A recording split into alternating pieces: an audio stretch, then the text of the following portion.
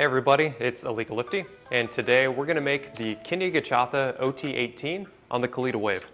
This is our standard Kalita Wave recipe that we use behind the bar. I really love this recipe and the way it accentuates the body and the citric acidity of our coffee. So first things we're going to need, I'm going to need a gooseneck kettle with water at 205 degrees Fahrenheit. I'm going to need a Kalita Wave 185 with paper filter, a decanter, a gram scale with timer, and 25 grams of medium finely ground coffee. This Kenyan Gachatha is ground medium fine, which is a little bit coarser than a table salt. This is a pretty generic grind size for the Kalita Wave. So first things first, wet our paper filter.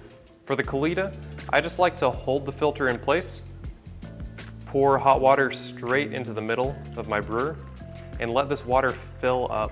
This is going to do a great job of rinsing away paper fibers, and it's also going to help preheat our Kalita. If I simply just rinse this paper, not only am I not getting rid of as much fibers, but I'm not preheating this brewer very well.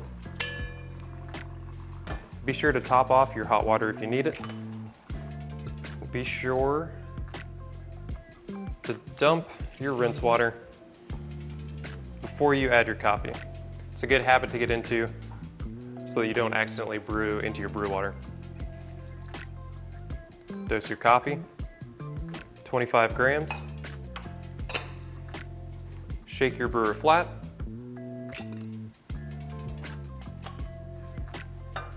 Hot water ready. Scale tared. Our standard Onyx Coffee Lab Kalita Wave recipe. I've got 25 grams of coffee and I'm pouring 400 grams of water in 6 separate pulses. Start our timer. Lightly pour. Cover our coffee for a 50-gram bloom. We just want to pour light, saturate all these grounds, let it start to absorb this water, dissolve all these great flavors. The preheating and the bloom are really setting our stage for sweetness and acidity. Let this bloom for 30 seconds. At 30 seconds, start heavy in the middle, slowly spiral outwards, finishing at 160 grams. At 45 seconds, a quicker spiral, 60-gram pulse, finishing at 220 grams total. Now I'm just watching this water level. Whenever I get in between the handle and the bottom portion of the handle, I can fit another 60-gram pulse in here, and that's what I'm going to do. This is going to happen at around 110 for this coffee. Drop, spiral evenly outwards, finishing up at 280. Our fifth pour should happen at around 135 to 140. Again, watching this water level, not letting it get too low, but ensuring that I'm letting my water drain through enough. At 135, I'm going to hit it. Drop, 1, 2, 3 spirals, finishing off at 340 grams. So now I'm ready for my final pour. Again, dropping in the middle, spiraling outwards, agitating this coffee. I'm going to finish this recipe at 2 minutes.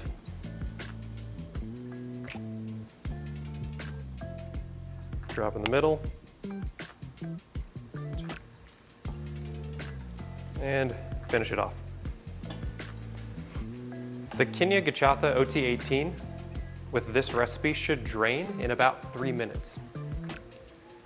At this point, we're going to get sweet citrus nectarine, floral and candy-like sweetness with wildflower honey, with tart, slightly earthy red currant,